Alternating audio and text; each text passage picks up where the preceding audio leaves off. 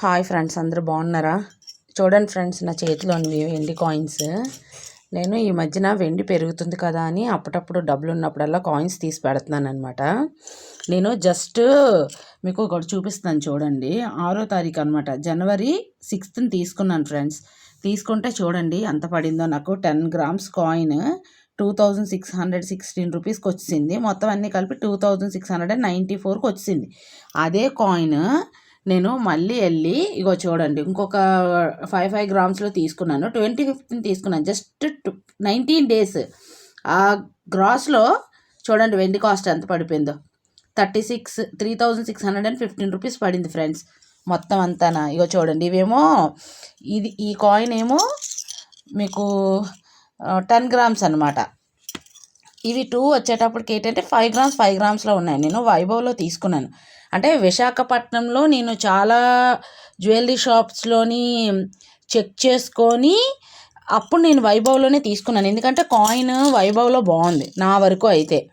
అది నా వరకే చెప్తున్నాను, మిగిలినవి నాకు అనవసరం. కానీ నా వరకు అయితే మాత్రం వైభవ్లో కాయిన్స్ బాగున్నాయి, మంచిగా రిటర్న్ కూడా వస్తుందని కనుక్కున్న తర్వాతే తీసుకున్నాను అనమాట.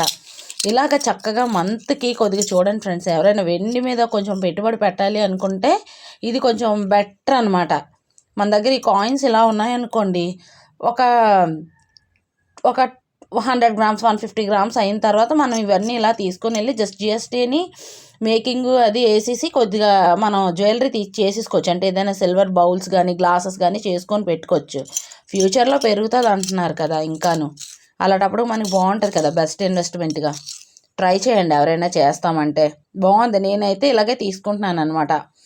కొంచెం అమౌంట్ పక్కన పెట్టి అవగానే తీసుకుంటున్నాను. ఒక 10 grams అవగానే సెట్ అయ్యేలా చూసుకొని తీసుకుంటున్నాను.